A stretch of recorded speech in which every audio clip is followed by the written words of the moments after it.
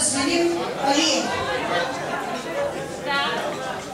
Добре, моля да подпишеш. Аплодисменти, няма ли за благодаря? Аплодисменти,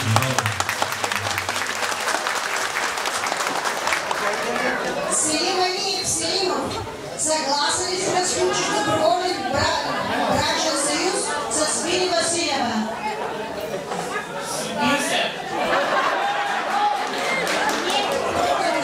Да.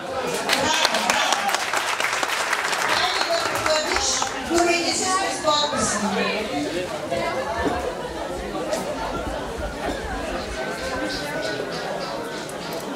Уважаеми кумове, вие трябва да потвърдите с подписа си казаното от младоженците. Моля кръстницата да се подпише.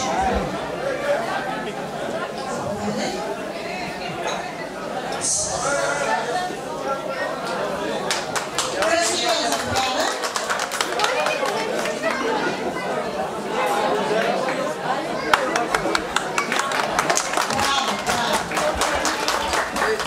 Сега, моля кръстниците да поставят брачните кълки на младоженците.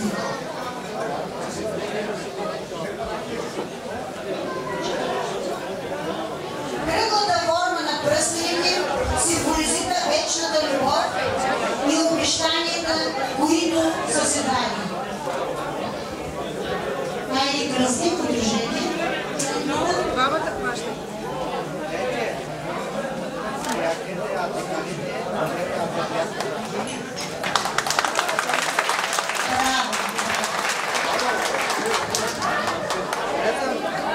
Сега да налеем шампанско в чашите и да отпием по една глътка, която ще ги стопли още повече сърцата им един към друг.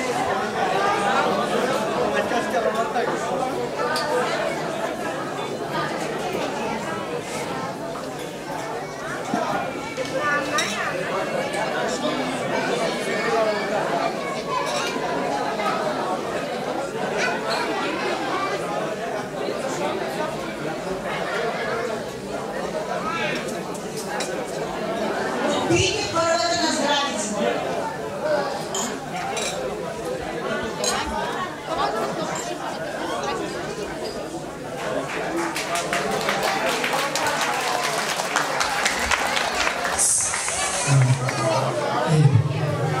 Има стара поговорка, която казва: мъжът е главата, а жената е врата.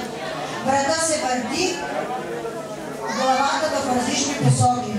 Сега нека да разберем в това семейство как ще бъде.